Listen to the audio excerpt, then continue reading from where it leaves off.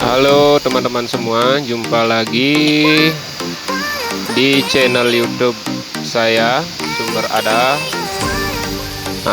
Di video kali ini teman-teman bisa melihat bagaimana proses saya memecah kayu.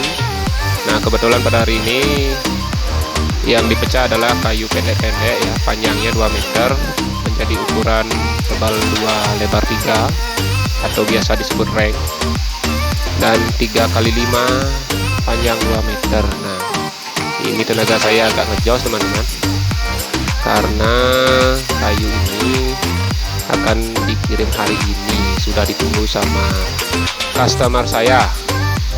Sampai-sampai tenaga saya yang di belakang yang narik-narik itu, nah ini sampai kelimpungan dia teman-teman. Oke teman-teman, selamat menonton, selamat menyaksikan, dan jangan lupa di subscribe teman-teman, di like dan di komen bila mana ada yang perlu saya perbaiki.